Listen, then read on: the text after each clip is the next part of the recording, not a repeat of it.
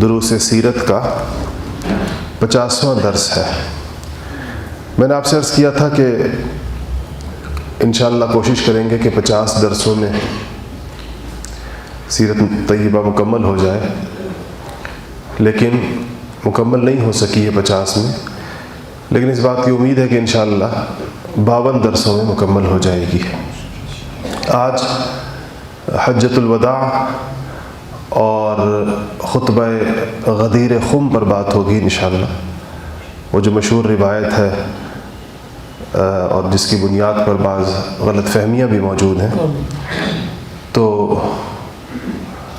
من کنت مولاہ فعلی مولاہ، معروف روایت ہے غدیر خم کی، تو اس کے حوالے سے جو صحیح موقف ہے مسلمانوں کا وہی بیان ہوگا انشاءاللہ۔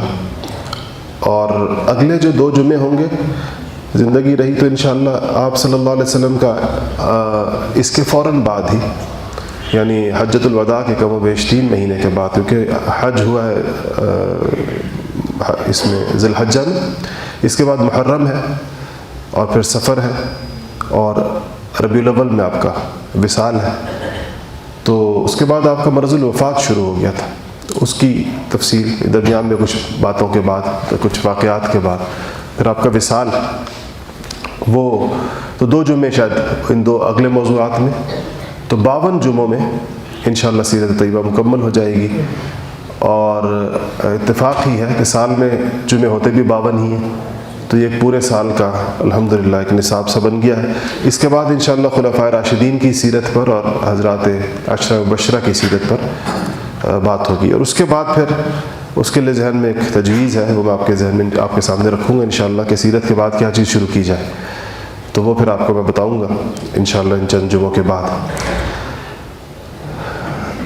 حجۃ الوداع سے پہلے آپ کے سامنے ایک مکالمہ رکھ دوں، اور یہ مکالمہ بڑا ہی دلچسپ بھی ہے اور انتہائی اس میں حکمت کی باتیں جمع ہیں۔ جیسے حجۃ الوداع پر جو آپ کا خطاب ہے، آپ نے جو خطبہ ارشاد فرمایا، وہ رہتی دنیا تک انسانیت کے لیے ایک بہت بڑا پیغام ہے، اور اس کا سیاق و سباق انشاءاللہ سامنے آ جائے گا۔ یہ جو مکالمہ ہے یہ حضرت سیدنا ابو ذر غفاری رضی اللہ تعالیٰ عنہ کا رسول اللہ صلی اللہ علیہ وسلم کے ساتھ سوال و جواب ہے، اور ایسے شاندار سوالات ہیں کہ جو حضرت ابو ذر غفاری رضی اللہ تعالیٰ عنہ کی غیر معمولی بصیرت بھی اور ان کی غیر معمولی علم کی جو حرص اور نبی کریم صلی اللہ علیہ وسلم سے چیزوں کو معلوم کرنے کا جو شوق ہے، اس کی دلالت کرتی ہے۔ پھر آپ کے جوابات ظاہر بات ہے کہ وہ پوری کائنات کے لیے ہدایت ہے۔ سیدنا ابو ذر غفاری رضی اللہ تعالیٰ عنہ فرماتے ہیں کہ وہ ایک دفعہ مسجد میں تشریف لائے تو نبی کریم صلی اللہ علیہ وسلم مسجد نبوی میں تنہا تشریف فرماتے۔ آپ کی اس تنہائی کو ابو ذر غفاری رضی اللہ تعالیٰ عنہ نے بڑا غنیمت سمجھا اور سوچا کہ میں حضور اکرم صلی اللہ علیہ وسلم سے کچھ باتیں پوچھ لوں۔ تو انہوں نے حضور اکرم صلی اللہ علیہ وسلم سے پوچھا کہ یا رسول اللہ، ای الاعمال احب الی اللہ، اللہ جل شانہ کے نزدیک سب سے زیادہ پسندیدہ اعمال کون سے ہیں؟ صحابہ کی آپ اپروچ دیکھیں اور حضور اکرم صلی اللہ علیہ وسلم سے پوچھنے کی چیزیں دیکھیں۔ آج ہمارے ہاں لوگ بزرگوں کے پاس جاتے بھی ہیں تو زیادہ زیادہ ہمارا آخری جو منتہا اور مطمع نظر ہوتا ہے وہ یہ ہوتا ہے کہ دم کرا لیں گے اور تعویذ لکھوا لیں گے اور زیادہ زیادہ دعا کرا لیں گے۔ یہ ہم نے نہیں ان سے پوچھا کہ اللہ تعالیٰ سے تعلق کیسے قائم ہوتا ہے، اللہ تعالیٰ کو کون سی باتیں پسند ہیں، کون سے اعمال کرنے والے ہیں، کون سی چیزیں چھوڑنے والی ہیں۔ صحابہ کرام کا معاملہ کچھ اور تھا۔ تو پوچھا کہ ای الاعمال احب الی اللہ، یا رسول اللہ، یا رسول اللہ کو سب سے زیادہ کون سے عمل پسند ہے؟ آپ نے فرمایا کہ الایمان باللہ و جہاد فی سبیلہ، اللہ تعالیٰ کو اپنے اوپر ایمان پسند ہے اور اللہ تعالیٰ کو اپنے رستے میں جہاد پسند ہے، یعنی اپنے اللہ پر ایمان لانا اور اللہ کے رستے میں گردن کٹانا اللہ تعالیٰ کو یہ سب سے زیادہ پسند ہے۔ تو پھر کہا کہ میں نے پوچھا کہ فَأَيُّ الْمُؤْمِنِينَ أَكْمَلُهُمْ إِيمَانًا، یا رسول اللہ کون سے مسلمان ایسے ہیں کہ جن کا ایمان انتہائی کامل ہے، اکمل ترین ایمان والے، اکمل کامل کی بھی سپرلیٹو ڈگری ہے، بہترین ایمان والے، اعلیٰ ترین ایمان والے یا رسول اللہ کون سے لوگ ہیں؟ آپ نے فرمایا کہ احسنہم خلقا، جن کے اخلاق سب سے اچھے ہیں، سب سے اونچے اخلاق والے لوگوں کا ایمان سب سے زیادہ کامل ہے۔ پھر پوچھا کہ فأی المسلمین افضل، یا رسول اللہ مسلمانوں میں سب سے افضل کون سے لوگ ہیں جن کو فضیلت حاصل ہو دوسرے مسلمانوں پر؟ تو آپ نے فرمایا کہ من سلم المسلمون من لسانہ و یدہ، جس کی زبان اور ہاتھ کی تکلیف سے دوسرا مسلمان محفوظ ہے وہ سب سے افضل مسلمان ہے، سب سے بہترین مسلمان وہی۔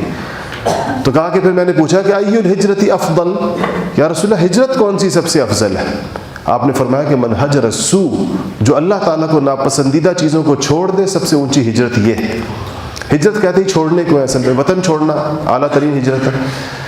تو کہا کہ ای آیت مما انزلہ اللہ علیک افضل، کہ یا رسول اللہ جو کتاب اللہ تعالیٰ نے آپ کے اوپر نازل کی ہے قرآن، اس قرآن کی سب سے افضل اور سب سے اونچی آیت کون سی ہے؟ تو حضور نے فرمایا کہ آیت الکرسی۔ تو آپ نے فرمایا کہ یا رسول اللہ انبیاء کی تعداد کتنی ہے؟ آپ نے فرمایا 1,24,000۔ پوچھا کہ یا رسول اللہ اس میں رسولوں کی تعداد کتنی ہے جن کے اوپر صحیفہ یا کتاب آیا؟ تو آپ نے فرمایا کہ 313۔ اب ابو ذر کہ یہ سوالات بھی پوچھے، کہا یا رسول اللہ اوصینی، یا رسول اللہ مجھے کوئی وصیت فرما دیجیے۔ تو آپ نے فرمایا کہ اوصیک بتقوی اللہ، ابو ذر میں تجھے اللہ سے ڈرنے کی وصیت کرتا ہوں، تقوی کی وصیت کرتا ہوں۔ فإنہ زین لأمرک، کیونکہ یہ تقوی تیرے سارے حالات زندگی کو، تیرے تمام کاموں کو مزین کر کے رکھ دے گا، تیری ساری عبادتوں کو اور تیری ساری طاعتوں کو اللہ کی نگاہوں کے اندر قیمتی کر دے گا اگر تقوی اس کے ساتھ ہوگا۔ تو اسی ایک ہی لفظ ارشاد فرمایا، اوصیک بتقوی اللہ، میں تجھے اللہ تعالیٰ سے ڈرنے کی وصیت کرتا ہوں، تقوی کی وصیت کرتا ہوں۔ ابو ذر نے کہا کہ زدنی یا رسول اللہ، یا رسول اللہ کو اضافہ فرما دیجئے اس نصیحت میں، اس کے ساتھ کوئی اور نصیحت بھی کر دیجئے۔ آپ نے فرمایا کہ علیک بطول الصمت، ابو ذر طویل خاموشی اختیار کیا کرو، یعنی لمبے لمبے عرصے کے لیے خاموش رہا کرو، کافی دیر کے لیے چپ رہا کرو۔ اور وَإِيَّاكَ وَالضِّحْكَ، اور ابو ذر ٹھٹھے مار کے ہنسا مت کرو، غفلت والی ہنسی اختیار مت کیا کرو۔ فَإِنَّهُ يُمِيتُ الْقُلُوبَ، کیونکہ یہ جو غفلت والی ہنسی ہے یہ انسان کے دل کو مردہ کر دیتی ہے۔ وَيُذْهِبُ نُورَ الْوَجْهِ، اور چہرے کا نور چلا جاتا ہے، تو چہرے کی نورانیت کو ختم کر دیتی ہے وہ ہنسی جو غفلت میں ڈالے۔ تو انہوں نے کہا کہ زدنی یا رسول اللہ، یا رسول اللہ کوئی اور اضافہ فرما دیجئے۔ آپ نے فرمایا کہ احب المساکین ومجالستہم، ابو ذر مسکینوں کے ساتھ محبت رکھو، غریبوں کے ساتھ، مسکینوں کے ساتھ محبت رکھو، اور ان کی مجلسوں میں بیٹھا کرو، ان کے پاس بیٹھا کرو۔ فرمایا کہ میں نے کہا کہ زدنی یا رسول اللہ، یا رسول اللہ اور بھی کچھ ارشاد فرما دیجئے۔ آپ نے فرمایا کہ قل الحق وَلَوْ كَانَ مُرًّا، ابو ذر بات ہمیشہ حق کی کہنا، چاہے کتنی ہی کڑوی کیوں نہ لگے کسی کو۔ اس وجہ سے حق کہنا گویا کہ مت چھوڑنا کہ لوگوں کو برا لگے گا، لوگوں کو اچھا نہیں لگے گا، کہنا حق بات، وَلَوْ كَانَ مُرًّا، اگرچہ وہ کڑوی کیوں نہ ہو، اور حق کڑوا ہوتا ہے، ظاہر باتیں لگتا ہے۔ کہ میں نے فرمایا کہ زدنی یا رسول اللہ، رسول اللہ اور اضافہ فرما دیجئے۔ آپ نے فرمایا کہ لا تخف فی اللہ لومۃ لائم، اے ابو ذر اللہ کے معاملے میں کسی ملامت کرنے والے کی ملامت کی پرواہ مت کرنا۔ اللہ کے معاملے میں کوئی تجھے کتنی ہی ملامت کیوں نہ کرے، اس کی وجہ سے کبھی بھی کسی کی پرواہ نہ کرنا، یعنی پھر بھی جو بات خدا لگتی جو بات ہے وہ ہمیشہ کہنا۔ یہ نصیحت شاید اس دور کے علماء کی طرف آخری جو دو باتیں ہیں، قل الحق وَلَوْ كَانَ مُرًّا اور وَلَا تَخَفْ فِي اللَّهِ لَوْمَةَ لَائِمٍ، یہ دو باتیں خاص طور پر علماء کی طرف متوجہ کہ ان کو دین بہر صورت اسی شکل میں پیش کرنا ہے جس شکل میں رسول اللہ صلی اللہ علیہ وسلم چھوڑ کر گئے ہیں۔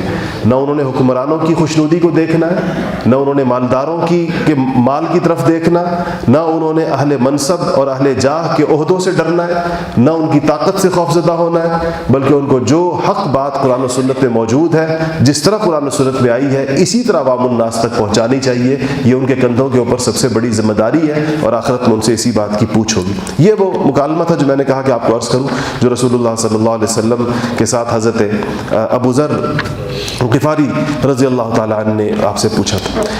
اب آ جائیے حجۃ الوداع کی طرف. حجۃ الوداع ہے یہ یہ 10 ہجری ہے. علماء کا اس میں اختلاف ہے کہ رسول اللہ صلی اللہ علیہ وسلم نے کتنے حج کیے ہیں.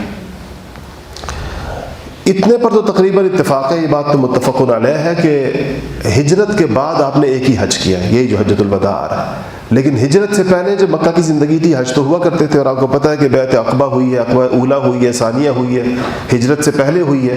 اور اس وقت یہ مدینہ والے اسلام قبول نہیں کیا تھا لیکن حج کے لیے لوگ آیا کرتے تھے. تو اس لیے سیرت نگاروں نے لکھا ہے کہ ہجرت سے پہلے آپ نے بہت سارے حج کیے، ہمیشہ ہی کرتے تھے اور ہر سال کرتے تھے. ہجرت کے بعد یہ آپ کا پہلا حج ہے. اسے پچھلے سال سیدنا ابوبکر صدیق کو بھیجا تھا امیر حج بنا کر، اس کی تفصیل ہم نے گزشتہ جمعے میں پڑھ لی ہے. یہ ذی القعدہ کی 25 تاریخ ہے، یعنی ذی الحجہ سے پچھلا مہینہ ہے، ہفتے کا دن ہے. نبی کریم صلی اللہ علیہ وسلم نے چونکہ ابوبکر صدیق رضی اللہ تعالیٰ عنہ نے جا کر سارا میدان صاف کر دیا تھا، مشرکین کا حج بند کر دیا تھا، برہنہ طواف بند کر دیا تھا اور معاہدات کی بھی حقیقت واضح کر دی تھی. اب آپ صلی اللہ علیہ وسلم ایک ایسا حج کرنا چاہتے تھے جس میں 2 چیزیں بڑے مقصود تھے اس کے. ایک تو یہ کہ لوگ کثیر تعداد میں آئیں اور پھر سے ایک دفعہ خود حضور کے حج کو دیکھیں کہ سنت حج کیسے ہوتا ہے، تاکہ کیونکہ قیامت تک امت نے حج کرنا تھا تو ایک دفعہ حضور کے حج کا منظر سامنے آئے. اور دوسرا آپ نے اس عالمگیر اجتماع پر، جو اس زمانے کا سب سے بڑا اجتماع ہوا مسلمانوں کا آپ کی حیات مبارکہ کے اندر، پوری حیات طیبہ کا یہ سب سے بڑا مجمع تھا جس سے آپ نے خطاب کیا. اس مجمع کے سامنے اسلام کے اور مسلمانوں کے لیے کچھ ایسے ارشادات آپ ان کے سامنے رکھنا چاہتے تھے جو قیامت تک ان کے لیے نصیحت ہو اور جو ان کے لیے ہدایت ہو، جس کو ہم خطبہ حجۃ الوداع کہتے ہیں، اور جو ایک بہت بڑا چارٹر ہے پوری انسانیت کے لیے کہ دنیا میں زندگیاں کیسے گزاری جائیں گی اور نظام کیسے بنائے جائیں گے. تو ہفتے کا دن ہے اور 25 ذی القعدہ ہے. آپ صلی اللہ علیہ وسلم نے ظہر کی نماز مسجد نبوی میں ادا فرمائی اور آپ کے ساتھ آپ کے حج کی اطلاع اطراف میں، اکناف میں، قبائل تک پہنچی جہاں جہاں لوگ رہتے تھے، اور جوق در جوق لوگ مدینہ شریف پہنچنے لگے. ٹھٹ کے ٹھٹ لگ گئے لوگوں کے کہ جو آپ صلی اللہ علیہ وسلم کے ساتھ حج کرنا چاہتے تھے. تو یہ مجمع بڑھتے بڑھتے بڑھتے بڑھتے مکہ مکرمہ پہنچا ہے. تو اس کی تعداد کے بارے میں سیرت نگاروں نے مختلف اقوال ہیں، لیکن 1 لاکھ سے کم نہیں ہے، اور 1.25 لاکھ اور 1.5 لاکھ اور 1,40,000 اور یہ سارے اقوال ان کے بارے میں موجود ہیں. آپ روانہ ہونے سے پہلے آپ نے غسل فرمایا ہے اور اس کے بعد سفر شروع کیا مدینہ منورہ سے. ذوالحلیفہ وہ مشہور جگہ جہاں پر ہم لوگ بھی، آپ لوگ بھی جب مدینہ سے نکلتے ہیں تو ذوالحلیفہ میں ہی عام طور پر نیت کرتے ہیں، احرام باندھتے ہیں. تو ذوالحلیفہ پہنچا تو وہاں پر آپ نے سب کو ٹھہرنے کا حکم دیا اور یہاں پر رات گزاری آپ نے، اور صبح کی نماز اسی مقام پر ادا ہوئی. اور چونکہ خواتین بھی ساتھ تھیں صحابہ کی، حضرت بکر صدیق رضی اللہ تعالیٰ عنہ کی اہلیہ ساتھ تھی اور ان کا بیٹے کی ولادت ادھر ہی ذوالحلیفہ میں اسی دن ہوئی ہے. تو یہ ایک چشمے کا نام ہے ویسے ذوالحلیفہ، اور یہ مدینہ منورہ سے تقریباً 5 یا 6 میل کے فاصلے پر ہے، 8-9 کلومیٹر بنتے ہوں گے. تو اس کے بعد آپ نے پھر یہاں سے حج اور عمرے دونوں کا احرام باندھا. اس کے بعد آپ نے یہ احرام جا کر عمرے کا احرام کھولا ہے یا اسی عمرے کو کرنے کے بعد ہی حج بھی کیا ہے؟ تو آپ کو پتہ ہے کہ وہ حج کی اقسام ہیں، ایک کو حج قران کہتے ہیں، حج تمتع کہتے ہیں، حج افراد کہتے ہیں. تو علماء کا اس میں اختلاف ہے کہ حضور اکرم صلی اللہ علیہ وسلم نے کون سا والا حج کیا تھا. تو جو ایک رائے تو یہ کہ حج قران تھا بیشتر حضرات کی، کہ حج قران کا مطلب یہ ہے کہ عمرہ بھی کرنا اور حج بھی کرنا لیکن ایک ہی احرام میں کرنا، یعنی عمرے کے بعد احرام کو نہ کھولنا اور اسی سے حج کرنا. بعض حضرات کہتے ہیں کہ نہیں، آپ نے چادریں اگر نہ بھی اتاری ہوں تو آپ نے اس سے عمرے سے آپ اس سے نکل آئے تھے احرام سے، اور آپ نے پھر دوبارہ سے احرام باندھا ہے حج کا، تو پھر اس صورت کے میں وہ حج قران نہیں ہوتا. تو آپ پہنچے قصوہ، آپ کی مشہور اونٹنی تھی، اس کے اوپر آپ تشریف فرما ہوئے، اور اتوار کے دن آپ تقریباً پہنچے ہیں مکہ مکرمہ. 8 راتوں کا یہ سفر تھا جو مدینہ منورہ سے لے کے مکہ مکرمہ تک ہوا ہے.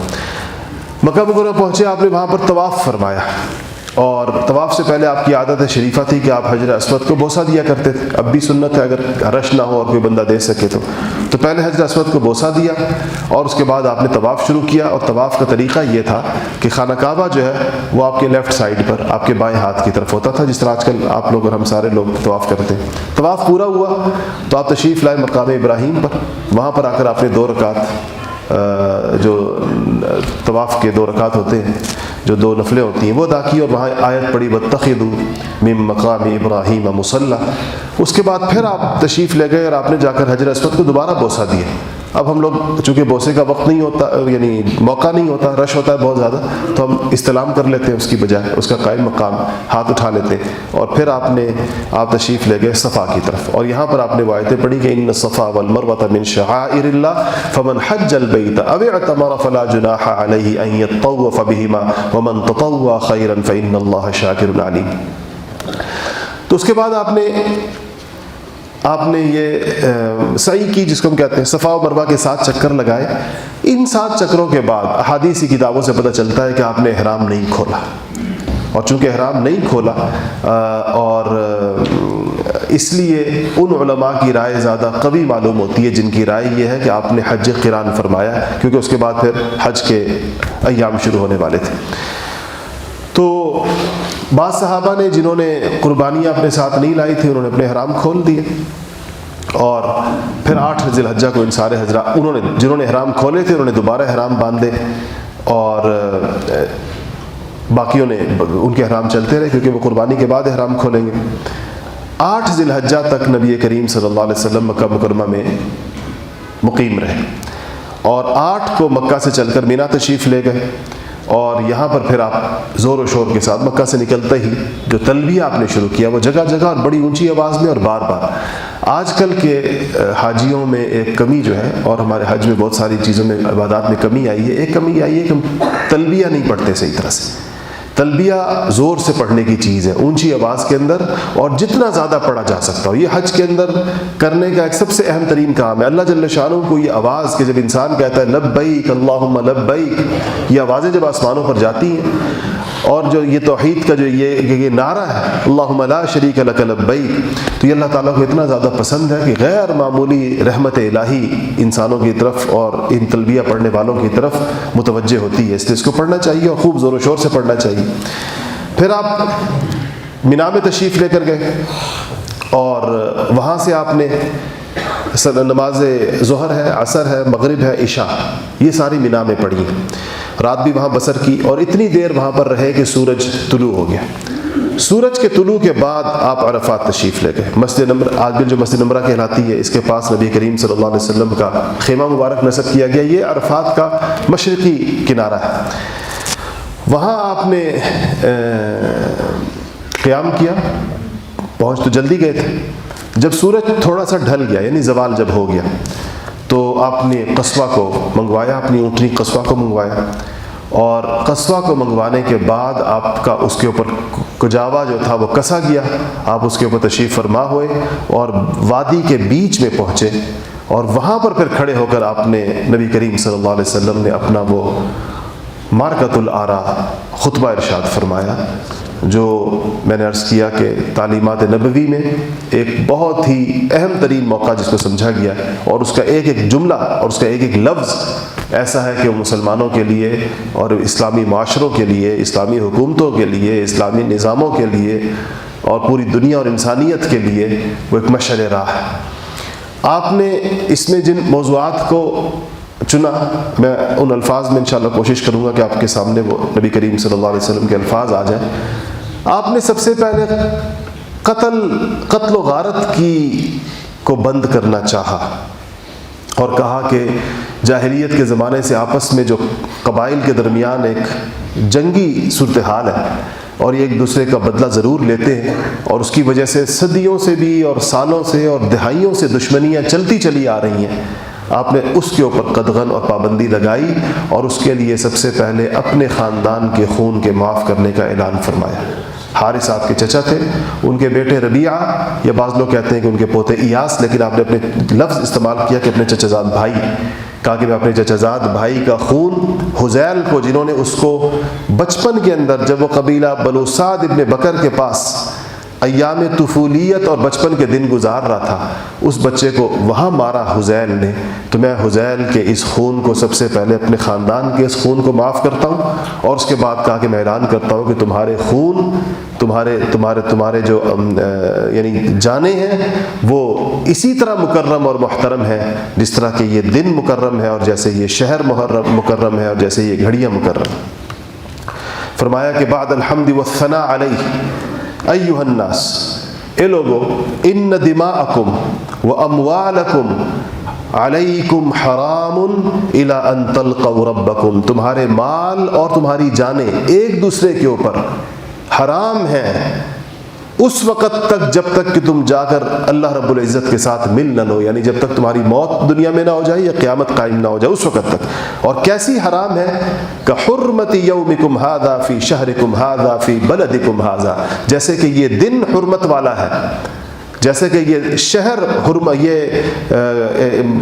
مہینہ حرمت والا ہے، اور جیسے کہ یہ شہر حرمت والا ہے، جیسے اس کی تم حرمت جانتے ہو کہ حج کے دن کی حرمت جانتے ہو اور بیت اللہ کی حرمت جانتے ہو اور اس مہینے کی حرمت جانتے ہو، ایسے ہی اپنے مالوں کی، لوگوں کے مالوں کی اور لوگوں کی جانوں کی حرمت ہے۔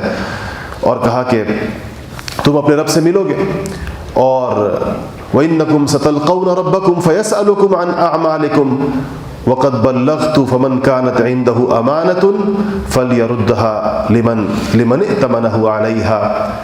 اور کہا کہ امانتوں کے بارے میں فرمایا کہ جس کے پاس امانت رکھوائی گئی ہے، جس کے پاس امانت موجود ہے، اس کو چاہیے کہ امانت اپنے جن کی امانتیں ہیں ان تک اپنی امانتوں کو پہنچا دو، خیانت سے بچو۔ پھر آپ نے کہا سود کے بارے میں، وَإِنَّ كُلَّ رِبَا مَوْضُوعٌ، سارے کے سارے سود آج سے ختم ہے۔ وَلَكُمْ رُؤُوسُ أَمْوَالِكُمْ، تمہارے لیے صرف تمہارا اصل قرض جو تم نے کسی کو دیا ہوا ہے وہ واپس لے سکتے ہو، اس کے اوپر جتنا سود چڑھا ہوا ہے کسی ایک کا دوسرے کے اوپر وہ سارا کا سارا آج ختم ہے۔ اور پھر فرمایا کہ اس کا آغاز میں اپنے گھر سے کرتا ہوں، میرے چچا عباس کا جتنا بھی سود لوگوں کے اوپر واجب الادا ہے میں اس کو معاف کرنے کا اعلان کرتا ہوں۔ یہ انبیاء کا طریقہ کار تھا کہ آغاز اپنی ذات اور اپنے گھر سے کیا کرتے تھے تاکہ لوگوں کے لیے ایک مثال اور نمونہ بنے۔ تو حضرت عباس رضی اللہ تعالیٰ عنہ کے بڑے قرضے تھے لوگوں کے اوپر، ان قرضوں کے اوپر بے تحاشا سود چڑھا ہوا تھا، تو آپ نے فرمایا کہ چچا کا سود سب سے پہلے معاف کرتا ہوں، جس نے چچا کا سود دینا ہے اس کو سود معاف ہے، وہ نہیں دے گا، ہاں جو کیپٹل کہلاتا ہے یعنی جو اصل رقم جو دی گئی ہے وہ لوگ واپس کریں گے۔ ولا تظلمون ولا تظلمون، کہ نہ تم کسی پر ظلم کرو اور نہ تم پر کوئی ظلم کرے۔ اور پھر فرمایا کہ وہی کہ قضى اللہ انہ لا ربا، اللہ نے فیصلہ کر دیا کہ اب سود نہیں ہے۔ آپ سوچیں کہ وہ چیزیں جو رسول اللہ صلی اللہ علیہ وسلم اس طریقے کے ساتھ ختم کر کے گئے تھے، ہم ان کے امتیوں نے اس کو دوبارہ زندہ کیا۔ آج یہ سارے سودی بینک موجود ہیں ہمارے معاشرے کے درمیان یا نہیں؟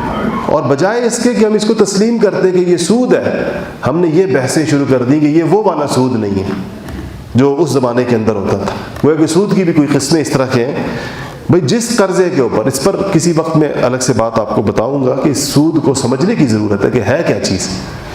اس لیے یہ سارے وہ بعض گناہ تو ہمارے ایسے تھے جو آج بھی گناہ ہے اور معاشرہ ان کو برا سمجھتا ہے۔ مثلا شراب ہے، گناہ ہے، ابھی بھی آپ نے اس کو انسٹیٹیوشنلائز نہیں کیا۔ زنا ہے، گناہ ہے، لوگ برا سمجھتے ہیں معاشرے میں۔ اگر آپ کسی بندے کا رشتہ کہیں پر بھیجیں اور اس کی تعریف میں یہ کہیں کہ بندہ زانی بھی ہے اور شرابی بھی ہے، تو مجھے نہیں لگتا کوئی شریف گھرانہ اس کو رشتہ دے دے گا۔ لیکن سود کو ہم نے انسٹیٹیوشنلائز کر دیا، اس کی انسٹیٹیوشنز بنا دی، اور وہ ایک عزت کی چیز ہے، بڑے فخر سے تعارف کرایا جاتا ہے فلانے صاحب فلانے بینک میں فلانے عہدے کے اوپر، گویا کہ سود کا کام بڑے پیمانے پر کرتے ہیں تو اتنے بڑے آدمی سمجھے جاتے ہیں۔ تو اس کو ہمارے ہاں سے جب یہ اس طرح بنتا ہے تو معاشرے سے اس کی وہ نکل جاتی ہے، یعنی اس کی جو ذہن کے اندر جو کسی گناہ کی شناعت جو ہوتی ہے، گناہ کی قباحت جو ہوتی ہے، وہ انسان کے ذہن سے نکل جاتی ہے اور اس کو قبول کر لیا جاتا ہے، حتیٰ کہ اس کے بارے میں کوئی بات کرے تو بات بھی بڑی اجنبی سی محسوس ہوتی ہے کہ کیسی عجیب سی بات ہو رہی ہے۔ تو تو یہ آپ نے فرمایا کہ وَإِنَّ أَوَّلَ رِبًا أَضَعُ رِبَا عباس بن عبد المطلب فَإِنَّهُ مَوْضُوعٌ كُلُّهُ۔ اس کے بعد آپ نے ایک اور لفظ ارشاد فرمایا، اور یہ جملہ اگر آپ مجھ سے پوچھیں تو شاید اس پورے خطبے کا اگر عنوان کسی جملے کو قرار دیا جا سکتا ہے، جیسے وہ شعراء کے ہاں جب غزل میں جو مصرع بہت ہی کمال کا ہو تو شعراء اس کو کہتے ہیں کہ یہ جان غزل ہے، پورے مصرے کے اندر پوری غزل کے اندر یہ سب سے اونچا مصرع ہے۔ اس پورے خطبہ حجۃ الوداع کے اندر آپ نے جو ایک جملہ ارشاد فرمایا جو اس کا عنوان بن سکتا ہے، کیونکہ اس کے تحت یہ ساری چیزیں آ گئی جتنی بیان کی جا رہی ہیں، وہ یہ جملہ ہے کہ الا ان کل شیء من امر الجاہلیت موضوع۔ جاہلیت، اے لوگو سنو، الا کہتے ہیں سنو اے لوگو، جاہلیت کے زمانے کی تمام رسم و رواج، جاہلیت کا پورا کلچر، جاہلیت کی پوری تہذیب اور جاہلیت کے زمانے کے تمام چیزیں آج میرے قدموں کے تلے رون دی گئی ہیں، ختم کر دی گئی ہیں۔ اس کو دوبارہ انسانیت یا امت اس کو دوبارہ نہیں اٹھائے گی۔ اس جملے کو اگر ہم سنیں اور پھر ہم یاد کریں کہ ان میں سے کون کون سی چیز ہے جس کو ہم نے دوبارہ زندہ کیا، جس کو رسول اللہ صلی اللہ علیہ وسلم حجۃ الوداع کے موقع پر اپنے قدم کے نیچے، اپنے پاؤں کے نیچے روند کر گئے تھے، اور یہ اپنی امت سے کہہ کر گئے تھے کہ آج ختم یہ معاملہ، اللہ آسمانوں سے دین آ گیا اور رسول اللہ یہ ذمہ داری لے کر آ گئے۔ وہ ایک ایک کر کے وہ چیزیں اس بد نصیب امت نے دوبارہ سے اس نے زندہ کی اور اپنی زندگیوں کے اندر لے کر آئی، اس کے اوپر پھر کسی وقت میں انشاءاللہ بات ہوگی۔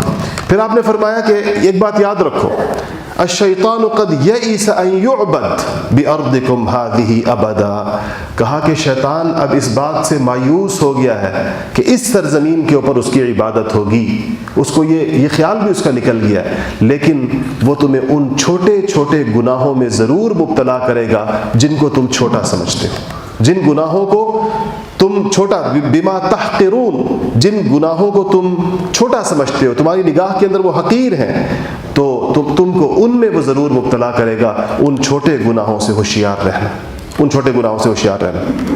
پھر آپ نے فرمایا عورتوں کے بارے میں، یا ایھا الناس اتقوا اللہ واستوصوا بالنساء خیرا، اے لوگو عورتوں کے معاملے میں اللہ سے ڈرنا، یعنی اپنی بیویوں کے معاملے میں اللہ سے ڈرنا۔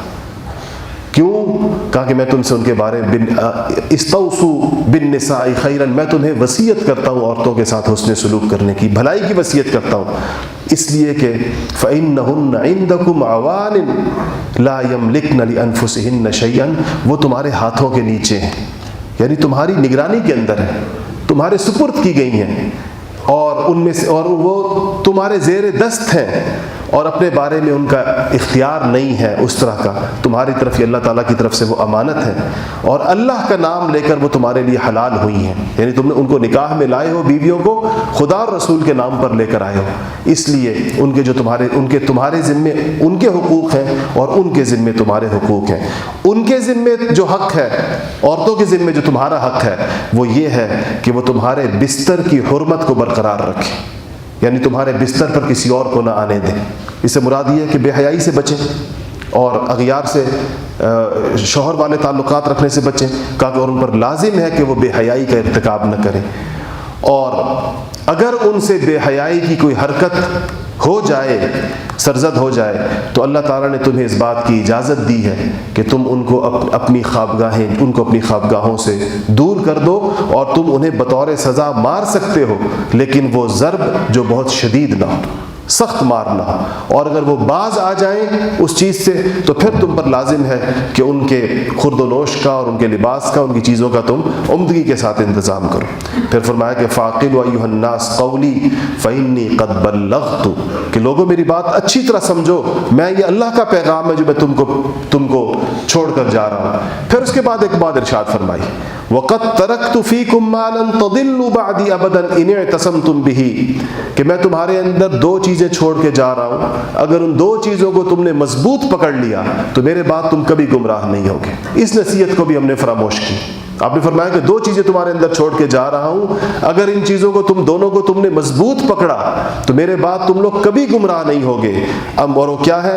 کتاب اللہ عز وجل و سنت نبیہ صلی اللہ علیہ وسلم، ایک اللہ تعالیٰ کی کتاب اور ایک اس کے نبی کی سنت، قرآن و سنت، ایک قرآن اور ایک سنت۔ یہ میں تمہارے لیے چھوڑ کے جا رہا ہوں، اس کو مضبوط پکڑو، گمراہ نہیں ہوگے۔ پھر فرمایا کہ میری بات غور سے اسمعوا قولی، میری بات غور سے سنو، واعقلوہ، اس کو اپنے دل کے اندر بٹھا دو، کیا کہ ان کل مسلم اخ لمسلم، ہر مسلمان دوسرے مسلمان کا بھائی ہے، وان المسلمین اخوہ، اور مسلمان سارے کے سارے آپس میں بھائی بھائی، یعنی میں تمہیں بھائی بھائی بنا کر جا رہا ہوں۔ اب تم قومیت کے نعرے مت لگانا، لسانیت کے نعرے مت لگانا، ایسی تفریق کے نعرے مت لگانا جس میں کوئی ایک اپنے آپ کو دوسرے سے جدا کرے یا دوسرے سے اپنے آپ کو افضل سمجھے۔ پھر آگے باتیں، پھر اس کے بعد فرمایا ایک اور نصیحت عجیب فرمائی، اور کیا کہا کہ جس شخص کی نیت دنیا کے اندر صرف دنیا طلب کرنے کی ہوگی، سارا دن وہ دنیا کے لیے پریشان ہوگا، من تکون دنیا نیتہ، جس شخص کی نیت فقط دنیا ہوگی، صرف پیسے جانتا ہے، صرف کمائی جانتا ہے، اس کے ساتھ اللہ کیا کرے گا؟ اللہ تعالیٰ اس پر فقر کے خوف کو مسلط کر دے گا، وہ ہر وقت فقیر ہو جانے کا ڈر اس کو ہوگا جس کے سامنے دنیا ہوگی۔ کیا کہا؟ یجعل اللہ فقرہ بین عینیہ، اللہ اس کی نگاہوں کے سامنے فقر کو کھڑا کر دے گا، لاکھوں کروڑوں اس کے پاس ہوں گے، مگر یہ ڈر اس پہ مسلط رہے گا کہ یہ سب چلے جائیں گے، یہ سب چلے جائیں گے تو کیا کروں گا، یہ چلے جائیں گے تو کیا کروں گا۔ اور دوسرا کام اللہ اس کے ساتھ کیا کرے گا؟ وَيُشَتِّتْ عَلَيْهِ ضَيْعَتَهُ، اللہ تعالیٰ اس کے معاملات کو بکھیر دے گا۔ بکھیر دینے کا مطلب کیا ہے؟ پریشان کر دے گا اس کے معاملات میں، ادھر ادھر ادھر ادھر ادھر ادھر اس کو گھمائے گا اور پھرائے گا۔ اور کہا کہ وَلَا يَأْتِيهِ مِنْهَا إِلَّا مَا كُتِبَ لَهُ، اور اتنا گھما کر پریشان کر کے بھی دے گا وہی جو اس کے لیے پہلے سے لکھا ہوا تھا اللہ پاک نے، یہ لکھا ہوا اس کے لیے پہلے سے تھا۔ اگر اس کی نگاہوں کے اندر دنیا کی یہ قدر و قیمت نہ ہوتی تو اللہ تعالیٰ اس کو اتنا خوار نہ کرتا اس کے لیے، اب خوار بھی کرے گا اور دے گا وہی اس کو جو اس کی قسمت کے اندر پہلے سے اللہ پاک نے لکھا ہوا ہے۔ وَمَن تَكُنِ الْآخِرَةَ نِيَّتُهُ، اور جس شخص کی نیت، یعنی اس کے سارے دن کا جو اصل بڑا غم ہے، جو اس کا میجر پرابلم ہے، وہ اگر آخرت ہوگی تو یجعل اللہ غناہ فی قلبہ، اللہ تعالیٰ اس کے دل کو غنا سے بھر دیں گے، اللہ پاک اس کو ایک عجیب قسم کا دلی سکون عطا کر دیں گے، جو کچھ اس کے پاس ہوگا اس پہ دل خوب مطمئن ہو جائے گا، دل کو پریشانی نہیں ہوگی۔ وَتَأْتِيهِ الدُّنْيَا وَهِيَ رَاغِمَةٌ، اور اللہ تعالیٰ ایسے شخص کے پاس دنیا اس حال میں لائیں گے کہ دنیا ناک رگڑتی ہوئی اس کے پاس آئے گی۔ راغمہ کہتے ہیں ناک گھسیٹتے ہوئے آنا، تو کہا اللہ تعالیٰ دنیا اس کے پاس ناک رگڑ کر اس کے پاس پہنچائیں گے دنیا کو، اس کو دنیا کے پیچھے گھمائیں گے نہیں، اس کو دنیا کے پیچھے خوار نہیں کریں گے اس کے پاس۔ تو کہا کہ یہ وہ شخص جو کیا کر لے گا؟ آخرت کو اپنا غم بنائے گا، اور جو شخص دنیا۔ اس کے بعد آپ نے پوچھا کہ وَأَنْتُمْ تُسْأَلُونَ عَنِّي، عجیب بات، کہا کہ لوگوں تم سے میرے بارے میں پوچھا جائے گا، اللہ تم سے میرے بارے میں پوچھے گا، فما انتم قائلون، تم کیا کہو گے میرے بارے میں؟ جب اللہ تم سے میرے بارے میں پوچھے کہ مجھے میرے نبی نے تم تک بات پہنچائی تھی یا نہیں پہنچائی تھی، تم کیا کہو گے بتاؤ؟ تو لوگوں نے کہا قالوا نشہد انک بلغت، یا رسول اللہ ہم اللہ کے سامنے گواہی دیں گے، صحابہ نے کہا کہ آپ نے پہنچا دی، اور وَأَدَّيْتَ، آپ نے امانت کو ادا کر دیا، وَنَصَحْتَ، آپ نے نصیحت اور اخلاص کی انتہا کر دی، یا رسول اللہ ہم اس بات کی گواہی اللہ تعالیٰ کے سامنے دیں گے۔ تو آپ نے ہاتھ اٹھایا، آپ نے کہا کہ اللہم اشہد، اللہم اشہد، اللہم اشہد، یا اللہ گواہ رہنا، یا اللہ گواہ رہنا، یا اللہ گواہ رہنا، میں نے امانت پہنچا دی ان کو، جو تو نے میرے کندھے کے اوپر جو ذمہ داری دی تھی نبوت کی، جو آپ نے مجھے کہا تھا، یا اللہ میں نے پہنچا دیا۔ دوسری جگہ پھر آتا ہے کہ آپ نے پوچھا حل بلغت، حل بلغت، حل بلغت، لوگوں کیا میں نے پہنچا دیا، لوگوں کیا میں نے پہنچا دیا، لوگوں کیا میں نے پہنچا دیا۔ لوگوں نے پھر کہا کہ یا رسول اللہ خدائی قسم آپ نے پہنچا دیا، اور آپ نے پہنچانے کا حق ادا کر دیا۔ پھر آپ نے ہاتھ اٹھا کر کہا کہ اللہم اشہد، اللہم اشہد، اللہم اشہد، یا اللہ گواہ ہے میں نے امانت پہنچا دی، یا اللہ میں نے بات پہنچا دی، میں نے بات پہنچا دی۔ یہ اس کے چند ایک پورا میں نے آپ کے سامنے نہیں پڑھا، پورا خطبہ ذرا بڑا ہے، وقت بھی ہمارے پاس کم ہوتا ہے، تو یہ اس کے خاص نکات تھے۔ ایک بات اس میں آپ نے اور بھی ارشاد فرمائی جو پیچھے رہ گئی، اور آپ نے یہ فرمایا کہ تم نے یہ اللہ تعالیٰ اس بندے، فرحم اللہ امرأ سمع مقالتی، اللہ تعالیٰ اس بندے کے اوپر رحم فرمائے جو میری بات سنے، حتی یبلغہ غیرہ، اور میری بات سننے کے بعد دوسرے تک پہنچائے۔ اور فرمایا کہ بسا اوقات ایسا ہوتا ہے کہ جو آدمی سننے والا ہوتا ہے وہ اتنا زیادہ سمجھنے اور عمل کرنے والا نہیں ہوتا، مگر جس کو پہنچا دیتا ہے وہ زیادہ سمجھنے اور عمل کرنے والا ہوتا ہے۔ اس کے اندر مدرسین کو، قرآن و سنت کے پڑھانے والوں کے لیے خوشخبریاں ہیں کہ آپ نے اس کے اوپر ان کے لیے خصوصی دعا کی ہے، ان لوگوں کے لیے جو رسول اللہ کی بات کو سنیں، چاہے وہ آیت قرآن بھی ہم تک رسول اللہ کے ذریعے پہنچائے، اس میں قرآن بھی داخل ہے اور حدیث بھی داخل ہے، اور اس کو پھر اگلوں تک پہنچائے۔ اور پھر فرمایا کہ فرب حامل فقہ وليس بفقيه ورب حامل فقہ الى من هو افقہ منه، کہ بعض اوقات انسان اس کو ایسے بندے تک پہنچا دیتا ہے جو اس سے زیادہ سمجھنے والا اور اس سے زیادہ عمل کرنے والا ہوتا ہے۔ ایک چیز کے اندر وصیت اور بھی فرمائی اور کہا کہ رقاءکم، تمہارے غلام، رقاءکم، تمہارے غلام، اور کہا کہ کیا کرو ان کے ساتھ، اطعموہم مما تأکلون، جو خود کھاتے ہو وہ ان کو کھلاؤ، وکسوہم مما تلبسون، جو خود پہنتے ہو ان کو پہناؤ۔ کیا آج ہم اپنے ملازمین کے ساتھ یہ معاملہ کرتے ہیں؟ کیا جو گھر میں کھانا پکتا ہے، گھر کے گارڈ، باورچی، صفائی کرنے والے، دوسرے لوگ وہی کھاتے ہیں، یا ان کی نگاہوں کے سامنے وہ چیزیں دسترخوان بھی لگائے جاتے ہیں اور گھروں میں کام کرنے والے ملازم مرد و عورت اس کو دیکھتے ہیں؟ نبی کریم صلی اللہ علیہ وسلم کی خصوصی تھا، جس کھانے پر جس کی نگاہ پڑ جائے، آپ نے فرمایا کہ اس میں سے اس کو ضرور دو، جس کھانے پر جس کی نگاہ پڑ جائے۔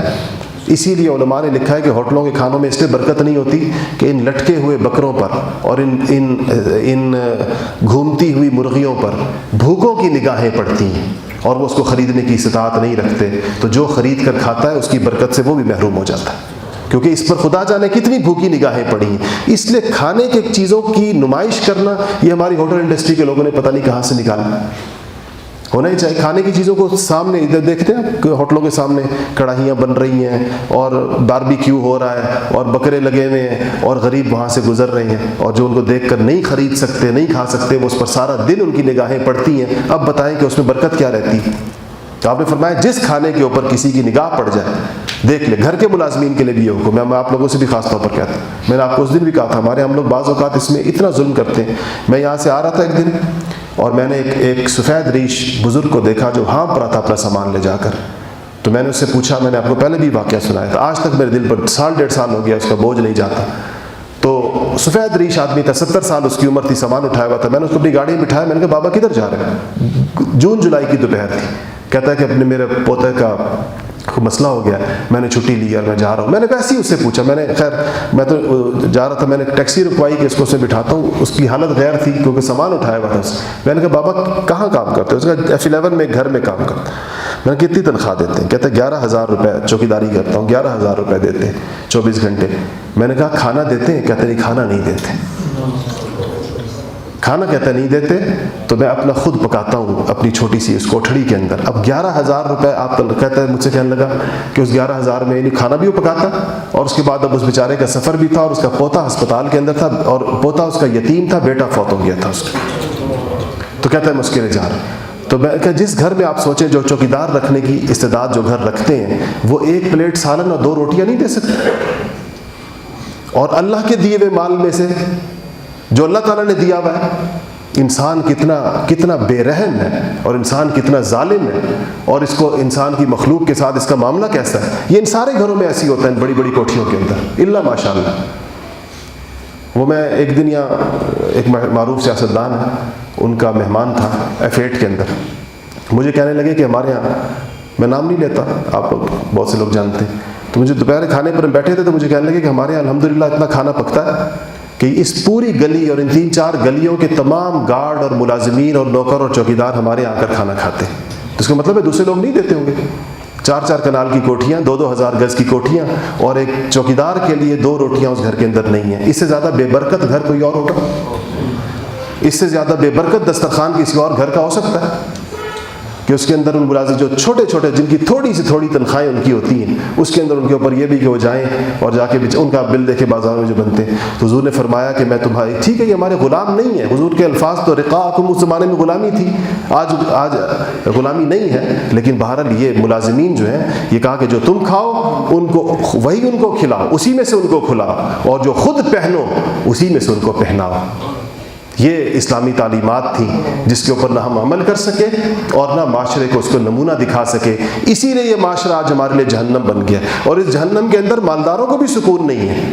یہ نہیں کہ مالدار بڑے سکون کے اندر ہے، چونکہ جہنم بنانے میں غریبوں اور مالداروں دونوں کا حصہ ہے. اس لیے دونوں سے اللہ جل شانہ نے سکون اور چین دونوں سے اٹھا لیا ہے. اور زندگی کی جو راحتیں ہیں اور زندگی کو جو دنیا اللہ پاک جن کے لیے جنت بناتا ہے وہ آج ہمارے معاشرے میں اس لیے نہیں کہ اس کے اوپر عمل نہیں. اللہ تعالیٰ عمل کرنے کی توفیق نصیب فرمائے. الحمدللہ.